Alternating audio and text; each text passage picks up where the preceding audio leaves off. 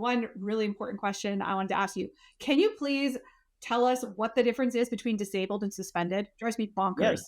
Yeah. Well, to explain it, you kind of have to know a little bit about the architecture of the system. So there's the Google Business Profile database, right? So there's like the data of all of the business data. And so when you log into business.google.com, you're editing information in the GBP database, right? Then there is the Maps database, which is what actually is feeding the map and the local pack search, right? So that's basically the database.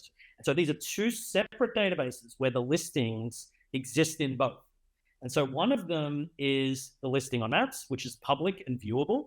And one is the GBP database, where you go in and you can make whatever edits you want. And that's where we get into like edit pending. Like edit pending, basically like there's an edit made over here that hasn't quite made it over to the Maps yet. So like now you're seeing two different versions of data. So on the profile side, is that where the like review replies live, for example, and your posts and things like that? Yes. Yeah.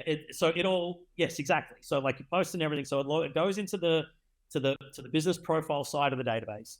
And then when it's published, it gets pushed over to the map side, right? And so it exists in both.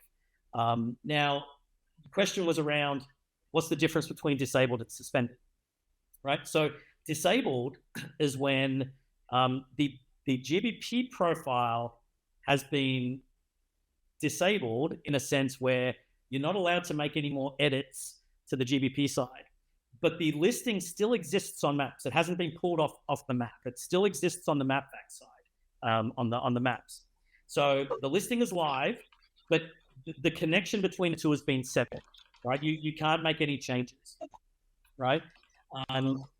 If it's suspended, it means there's additional issues that has come up where it's pulled down the listing from the map side, and it's also marked the listing in GBP as being suspended, which means that the only way for you to get the listing back is to deal with whatever issue caused the suspension and to get it pushed back over. So the symptoms between the two is disabled means the link between the two has been severed, but they've left the listing live. Suspension means they've pulled everything down and you have to remediate the suspension before you can do anything. But has that changed recently? Because I had a disabled listing that was pulled off Maps. Like it did not exist on Maps.